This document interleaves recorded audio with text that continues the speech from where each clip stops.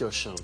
Bonjour Julien, on commence avec le Kurdistan irakien qui a encore une fois été pris pour cible ce matin à Erbil précisément. Mais cette fois-ci, c'est une base italienne qui a été visée, frappe condamnée par le ministre italien des Affaires étrangères.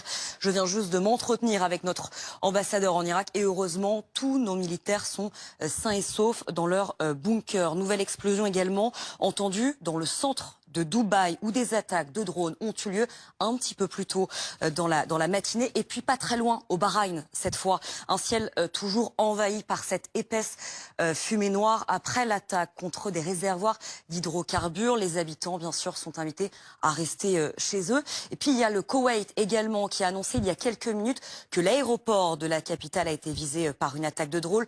Dégâts matériels uniquement. On s'arrête un petit peu, si vous le voulez bien, aussi au Liban. Au moins 7 personnes seraient décédées à Beyrouth après une frappe israélienne.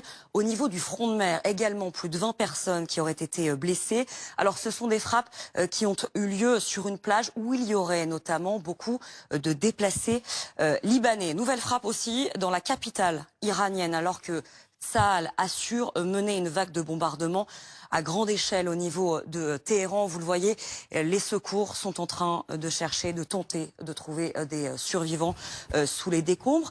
Et puis en parallèle, un petit peu plus tôt, dans la matinée, Donald Trump a assuré ne pas vouloir détruire totalement Téhéran.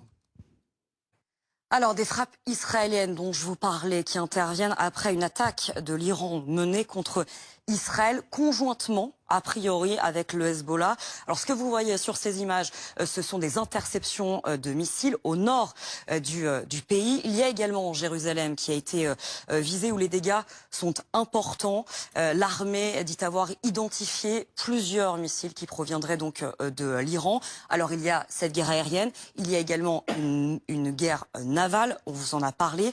Il y a eu ces tirs au large de l'Irak avec ce pétrolier qui a été touché. Évidemment, tous les passagers ont été évacués. Et puis, je voulais également revenir sur l'aide humanitaire, Julien, qui est en train de se mettre en place, notamment avec la France. 60 tonnes de vivres, des kits de survie, du lait pour bébés ou encore des tentes qui sont en route en ce moment pour rejoindre le Liban.